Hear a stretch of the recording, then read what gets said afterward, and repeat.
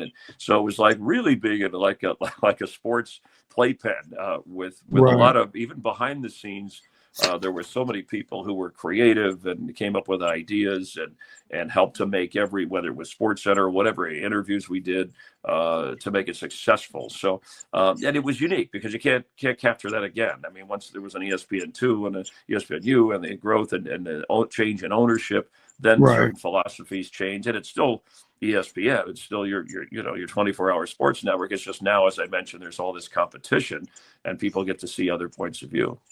Different levels of management as well. You guys had a who's who, right? Dan Paget, Chris Berman, Mike Tirico, like you answered that you mentioned, Linda Cohn, Bob Lee, and Craig Kilborn. I couldn't imagine like the talent. Yeah, Kilborn, Carl Ravitch. Yeah. Yeah, Carl Ravitch was there. Yeah, Chris Berman was kind of the lead guy. Him and Bob Lee. It was great because they were really they were the originals, or at least close to the first day of the operation. And Berman was the fun Sports Center highlight guy, and Bob Lee was kind of the journalist sports guy that he loved sports, but he knew there was a newsy side to it, and I think that set the tone. I mean, you talk about all the different Sports Center hosts. Charlie Steiner was on there, and boy, there so many others that kind of went through before and after me, and the machine kept rolling. But that was the best time. Those were the pillars of that network. Bob Lee and Chris Berman.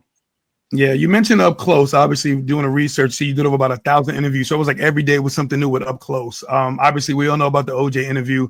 A few others. I totally forgot about the Mark Gastineau interview. What was your best and what was your worst interview on Up Close? What would you say? Well, I would say I don't know. It's a tough question because we had in 4 years so many different people, and it was great. We would go on the road to certain events sometimes at the Masters, or we'd take the show to a Super Bowl and do interviews. And gosh,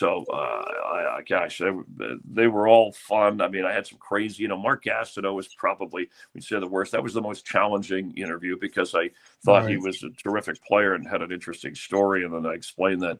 How that went kind of haywire. I was just glad he was okay. It ended up being kind of an entertaining thing, but you felt bad. I would say the best, OJ was probably the most famous one because it got people to watch. It was the first live interview with him after both of the trials, and he wanted to come on because he thought it was fair with athletes. And I just said that, his requirement, I said, I got to ask whatever I want to ask. You can't restrict it. He said, no, it's and it had to be live. That was the type of thing.